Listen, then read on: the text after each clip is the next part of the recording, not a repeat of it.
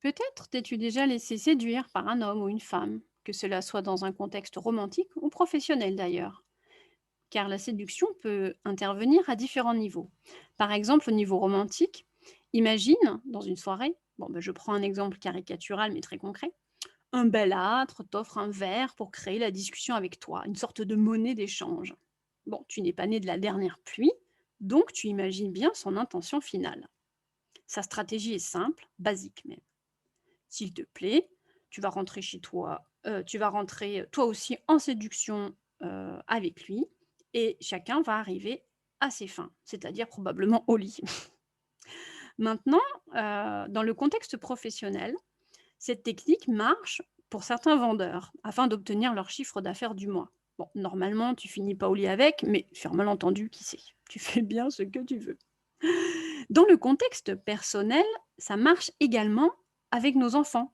Quand ils veulent quelque chose et qu'ils savent parfaitement sur quel bouton appuyer pour obtenir gain de cause. Bon, tu peux donc conclure que la séduction est un moyen d'arriver à ses fins sans vraiment se soucier de l'autre, ou également pour combler un manque que l'on veut cacher. C'est une stratégie à court terme. Attention, je ne dis pas que tous les hommes, ni tous les vendeurs, ni tous les enfants font cela.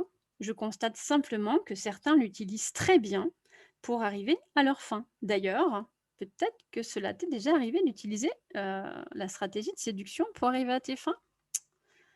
Tu me diras ça en commentaire. Je n'émets absolument aucun jugement avec cette approche. C'est une façon de faire. Le tout, à mon sens, c'est d'être conscient de le faire. Si c'est quelque chose que tu n'as jamais fait, je t'invite à en faire l'expérience afin de prendre conscience de ton pouvoir de séduction, à utiliser avec modération et en accord avec tes valeurs, bien sûr. Ok, mais alors, c'est quoi le charisme?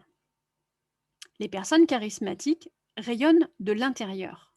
Elles n'émettent aucune stratégie particulière et pourtant elles attirent à elles. Elles sont convaincantes sans le vouloir. Par exemple, un vendeur charismatique ne va pas te vendre un produit. Il va écouter ton besoin, essayer de bien te comprendre pour t'apporter la solution la plus adaptée. Il va te laisser de l'espace parce que vendre ou pas lui importe peu. Ce qui l'anime, c'est de t'aider dans ta démarche. Tu sens la différence d'énergie? Le charisme est un moyen d'arriver à ses fins tout en se préoccupant sincèrement des besoins et des aspirations de l'autre. C'est une stratégie à long terme qui bâtit et renforce la confiance. Parfois, la stratégie de séduction peut venir anéantir ton charisme.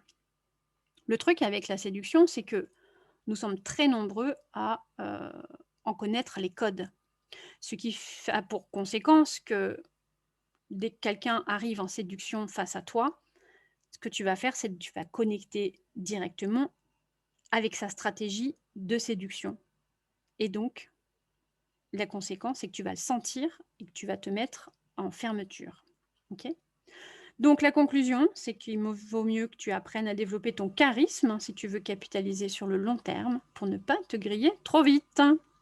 Je t'invite à me mettre en commentaire peut-être une ou deux expériences où des personnes ont fait preuve de charisme ou de séduction avec toi et comment tu t'es senti face à cela. À très bientôt.